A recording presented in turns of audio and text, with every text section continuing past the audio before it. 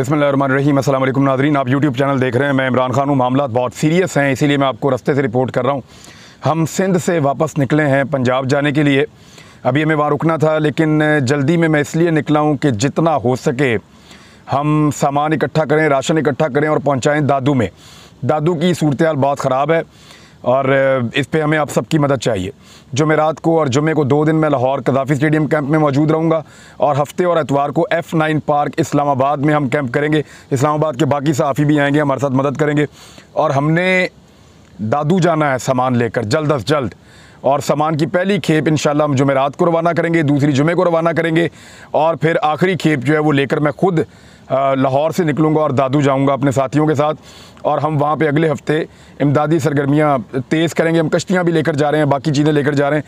जितना आप कर सकते हैं हमारे साथ मदद आप कीजिए। हम तो अपने पूरे वसाइल और पूरी ताकत इस्तेमाल कर रहे हैं।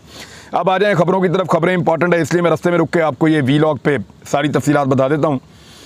नंबर 1 तो ये है कि कभी पाकिस्तान की तारीख़ में ऐसा नहीं हुआ कि पाकिस्तान टेलीविज़न को मजहबी मुनाफरत फैलाने के लिए इस्तेमाल किया गया हो। ये जो पाकिस्तान टेलीविज़न है ये हमेशा से इंटरफेथ हारमनी या मुख्तलिफ मज़ाहिब के दरमियान जो है वो अमन के लिए और इन मकासद के लिए इस्तेमाल किया गया है। पाकिस्तान टेलीविज़न को नॉर्मली एक दूसरे के ख़िलाफ़ पॉलिटिकली तो इस्तेमाल किया जाता है और वो ऐसे इस्तेमाल किया जाता है कि उस पार्टी की खबर नहीं चलने देनी। अपोजिशन को कम टाइम दो, हुकूमत को ज़्यादा टाइम दो, हुकूमत के जो छोटे कारनामे उनको ज़्यादा बड़ा करके बताओ। ये चीज़ें PTV पे चलती थी। लेकिन पहली मरतबा पाकिस्तान की तारीख़ में बदकिस्मती से और बेहूदगी से पाकिस्तान टेलीविज़न को इस्तेमाल किया गया है नफ़रत फैलाने के लिए, और वो भी मजहबी नफ़रत फैलाने के लिए।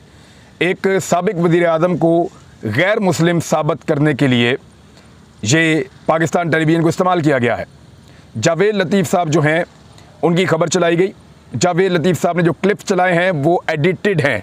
मैं फिर आपको बता रहा हूँ, मियाँ जावेद लतीफ़ ने। और मियाँ जावेद लतीफ़ साहब, मेरा एक सवाल है आपसे छोटा सा। आप तो ख़ुद एक जत्थे का निशाना बने थे और मैंने शदीद मज़म्मत की थी उस वक्त जब मियाँ साहब आपके ऊपर एक जत्थे ने हमला किया था। हालांकि वो जत्थे के लोगों ने मेरे साथ भी रब्ता किया, बदतमीज़ी की, तो मैंने उन्हें कहा नहीं, सवाल ही पैदा नहीं होता। इस बात की किसी को इजाज़त नहीं है कि वो किसी के ईमान को निशाना बनाए और इस बुनियाद के ऊपर ख़ुद फैसला करके अदालत लगा के उसको सड़क के ऊपर मारना शुरू कर दे। तो मियाँ जावेद लतीफ़ साहब, आपका सर फट गया था और बहुत शदीद आप ज़ख्मी थे जब एक जत्थे ने आप पर हमला किया था। आप इस खेल के खुद विक्टिम बने हैं और मैंने और आपने मिलकर इस पे बात भी कर रखी है। आज आप ही को आपकी पार्टी ने इस्तेमाल किया एक साबिक़ वज़ीर-ए-आज़म को गैर मुस्लिम, कादियानी, यहूदी और पता नहीं क्या कुछ साबित करने के लिए, और आपने एडिटेड क्लिप्स चलाए।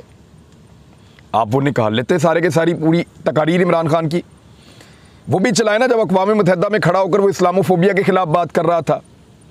वो भी चलाएं जब उसने दुनिया के हर मुल्क में हर प्लेटफॉर्म के ऊपर नामूस रसालत सल्लल्लाहु अलैहि वसल्लम के लिए बात की। वो भी चलाएं जब उसने रहमतुल लिल आलमीन अथॉरिटी बनाई। वो भी चलाएं जब उसने रियासत मदीना का नारा बुलंद किया। वो भी चलाएं जहाँ पे उसने स्कूलों में, कॉलेजेस में मजहबी तालीम को लाजमी करार दिया। वो सारी चीज़ें भी तो चलाएं। और एडिटेड क्लिप्स, यानी एक वहाँ से हिस्सा जोड़ा, वहाँ से जोड़ा, वहाँ से जोड़ा और कोशिश किया कि आप साबित करें कि ये आदमी मुसलमान नहीं है, इसमें ईमान नहीं है, या ये आदमी जो है ये इस्लाम का दुश्मन है। ये पाकिस्तान टेलीविज़न इस्तेमाल हुआ है। हम सारे मिलकर पाकिस्तान टेलीविज़न को पालते हैं। हम जब बिजली का बिल देते हैं उसके अंदर हम पाकिस्तान टेलीविज़न का अलग से टैक्स देते हैं, क्योंकि आज तक ये माशाल्लाह से अपने पाँव पे खड़ा ही नहीं हुआ। पाकिस्तान के सारे टेलीविज़न अपने पाँव पे खड़े हो गए, सारे कल परसों आ रहे हैं। जिसका चैनल अभी बनता है वो भी अपने पाँव पे खड़ा हो जाता है। ये मेरा चैनल है, ये भी कई लोगों को और उनके घर चला रहा है, मेरा भी चला रहा है। तो हर चैनल अपने पाँव पे खड़ा हो गया। ये PTV क्यों नहीं खड़ा होता अपने पाँव पे? इन्हीं हरकतों की वजह से और इन्हीं बेहूदगियों की वजह से ये अपने पाँव पे खड़ा नहीं होता। ये जो पाकिस्तान टेलीविज़न है ये तारीखी नौयत की इसने गलती की है। अदालत को इसके ऊपर नोटिस लेना चाहिए, इनके ऊपर मुकदमा दर्ज करवाना चाहिए और इंतज़ामिया के ख़िलाफ़ कार्रवाई करनी चाहिए और हर हाल में करनी चाहिए। ये मैंने आपको बताया पाकिस्तान टेलीविज़न का, जिन्होंने ये किया है। दूसरा, मरियम नवाज़ साहबा ने ट्विटर को इस्तेमाल करते हुए, तो ट्विटर को चाहिए कि वो उनका अकाउंट अब सस्पेंड करें। वो मजहबी नफरत फैला रही हैं और मेरी गुजारिश है तमाम लोगों से कि वो ऐसे तमाम अकाउंट्स को रिपोर्ट करें, ख़ास तौर पे उन बड़े अकाउंट्स को जैसे मरियम नवाज़ है, बाकी लोग हैं जो लोग मजहबी नफरत फैला के किसी शख्स को मरवाना चाहते हैं। कत्ल करवाना चाहते हैं, क्योंकि मैदान में मुकाबला नहीं कर सकते, ये मज़ीद लो चले जाएंगे, ये अपना मज़ीद बेड़ा गर्क करेंगे। एक आशिक रसूल को ये साबित करना चाहते हैं गुस्ताख, और साबित करना चाहते हैं कि वो मुसलमान नहीं है, साबित करना चाहते हैं कि वो या कादियानी है या गैर मुस्लिम है या वो यहूदी है, इस किस्म की चीज़ें साबित करना चाहते हैं। How can you do this? क्या आप इसमें से नहीं गुजरे? क्या आपके एहसन इकबाल को गोली नहीं मारी गई? क्या नवाज शरीफ को जूता नहीं मारा गया? क्या मियाँ जावेद लतीफ़ को मारा नहीं गया?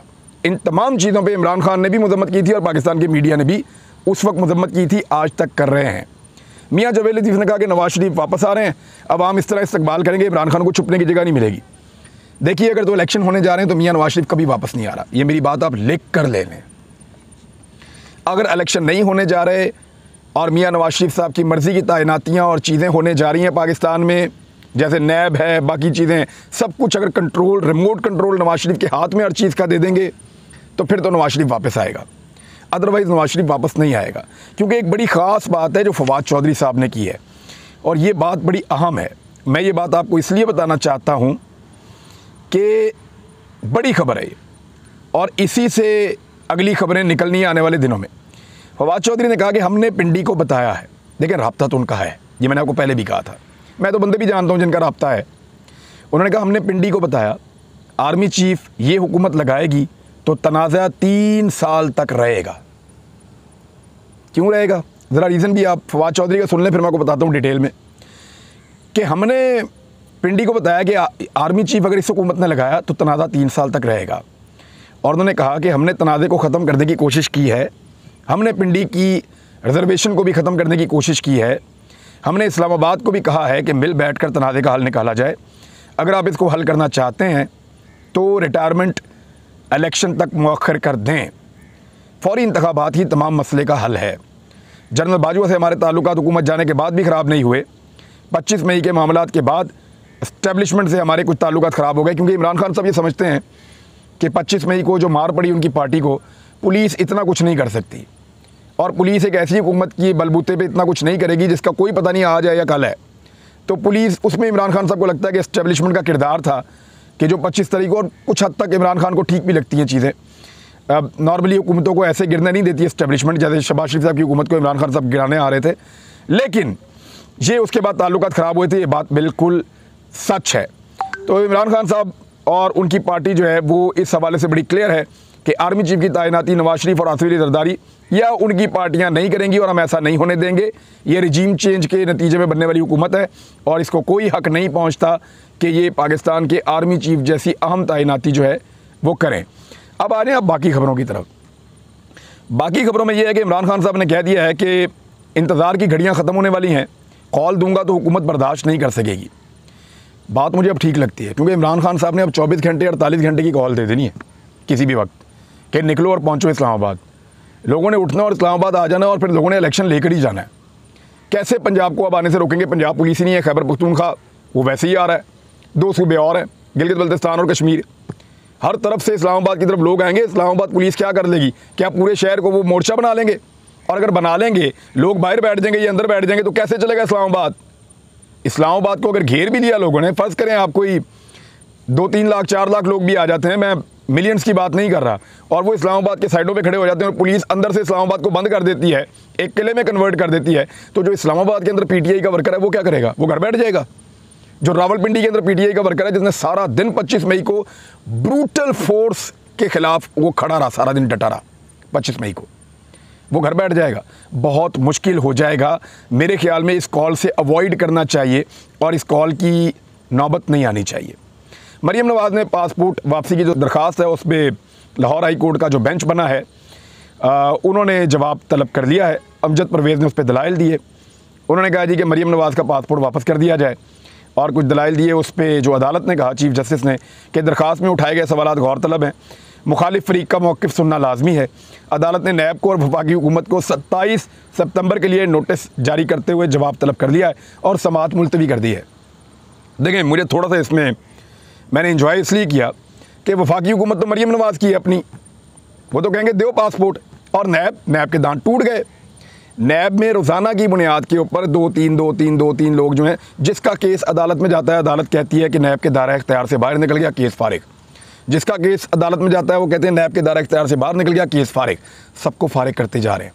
नैब के अंदर अब कोई मुलजिम नहीं रह गया जो हाई प्रोफाइल हो, सबके सबकी जान छूट गई है और ये सिलसिला जारी है। मिसाल के तौर पे शहबाज शरीफ, हमदा शहबाज के बाद साबिक DG Punjab sports board Usman Anwar समेत 7 मुलजिमान के खिलाफ रेफरेंस बंद कर दिया गया है। एहतसाब अदालत ने Punjab youth festival corruption reference वापस कर लिया है। ये शाकिर महमूद ऐवान साहब ने खबर दी है। इसके अलावा और भी बहुत सारी खबरें हैं। उसमें जो बिजली का बिल है उसके हवाले से एक बहुत ही बुरी खबर है, वो ये है कि जो फ्यूल एडजस्टमेंट चार्जेस हैं वो बिल्कुल वसूल करेगी हुकूमत, सिर्फ इस महीने नहीं करेगी, अगले महीने करेगी। यानी अक्टूबर से लेकर मार्च तक ये जितना पीछे फ्यूल एडजस्टमेंट डाला है ये अभी तो वसूल नहीं कर रहे और बिल इतने ज़्यादा आ रहे हैं। ये आपसे वसूल करेंगे, आपके हलक पे अंगूठा रख के ये हुकूमत निकलवाएगी अक्टूबर से लेकर मार्च तक। और ये इन्होंने डाल दिया है, अब चाहे इमरान खान की हुकूमत आ जाए या निगरान हुकूमत आ जाए, उन्होंने आपसे ये पैसे ले लेने हैं। ये किया इस इम्पोर्टेड हुकूमत ने। और यहाँ पे एक तस्वीर है जो शेयर की है अरशद चौधरी साहब, एक सीनियर जर्नलिस्ट है, उन्होंने एक बिल की तस्वीर शेयर की है और उस बिल के ऊपर खातून ने अपना जो सोना छोटा मोटा किसी के घर पे होता है तो वो उन्होंने बिल के ऊपर रखा हुआ था कि ये सोना हम बेच के ये बिल अदा कर रहे हैं। लोग अपनी जमा पूंजी, अपने बच्चों का जेवर, अपनी खवातीन का जेवर बेचकर बिजली का बिल जमा करवा रहे हैं। ये सूरत हाल इस पाकिस्तान में आ गई है। उधर चौधरी परवेज़ इलाही साहब ने भी एक ऐसा ज़बरदस्त पाकिस्तान तहरीक इंसाफ को टीका लगाने का सिलसिला जारी किया हुआ है कि उनकी मौजें ख़त्म नहीं हो रही। वैसे चौधरी परवेज़ इलाही साहब वज़ीर आला पंजाब नाम के और उहदे के हैं, एक्चुअली जो इख्तियारात हैं वो मोहन सलाई के पास हैं और वो इनको इस्तेमाल कर रहे हैं। तो इन्होंने जी थोड़े दिन पहले गाड़ियाँ ली हैं करोड़ों रुपए की, नई गाड़ियों के लिए इन्होंने बाकायदा इशू की है अमाउंट। और उसके बाद अब ये एक और ख़बर आई है, ये ज़रा ख़बर देखें आप। और इसको ट्वीट किया अली रामे साहब ने। पंजाब हाउस इस्लामाबाद की तज़ीन व आराइश का फ़ैसला, पंजाब हाउस में मार्बल, फ्लोर पॉलिश और फ़र्श को चमकदार करने के लिए 19 करोड़ 42 लाख रुपए खर्च होंगे। ये दस्तावेज़ात आ गई हैं जी। और अब आप अंदाज़ा करें यानी ये कौन सी फ्लोर पॉलिश हो रही है और ये किस तरह की तज़ीन व आराइश हो रही है जिस पे 19 करोड़ 42 लाख रुपए खर्च हो रहे हैं। आप ज़्यादा बेहतर समझ सकते हैं। इस्लामाबाद पुलिस की पूरी तवज्जो पाकिस्तान तहरीक इंसाफ पे है। उनका अगला टारगेट ये है कि उन्होंने फवाद चौधरी को और मुराद सईद को गिरफ्तार करना है, लेकिन उन्होंने इस्लामाबाद हाई कोर्ट से रुजू कर लिया है। मौलाना अब्दुल अजीज़ ने इस बीच में, जब इस्लामाबाद पुलिस की तवज्जो उस तरफ है तो इस बीच में मौलाना अब्दुल अजीज़ साहब ने लाल मस्जिद पर एक मरतबा फिर कब्ज़ा कर लिया है।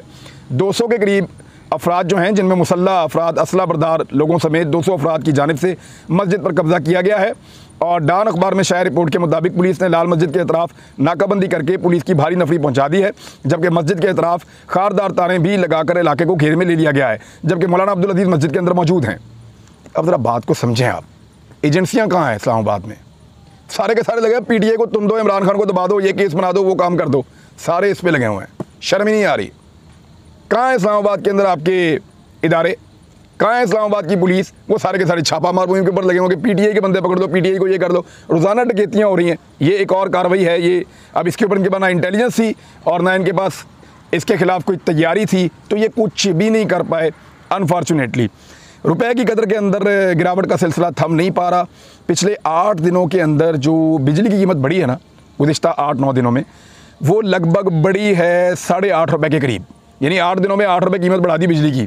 ये कारनामे इस हुकूमत के। और रुपए की गिरावट का सिलसिला थम नहीं पा रहा। वहाँ पे डॉलर जो है वो 234 रुपये तक से ऊपर चला गया है। ओपन मार्केट में 240 क्रॉस कर गया है। अब मेरे ख्याल में वो लोग जिनको 160 के ऊपर गश पड़ जाते थे, 160 के ऊपर मातम करते थे जो लोग, अब वो डॉलर का जो रेट है वो 240 पे जाने के ऊपर 80 रुपये बढ़ने के बाद भी उनको जो है टस से मस नहीं हो रहे, उनको किसी किस्म का इससे फ़र्क नहीं पड़ रहा।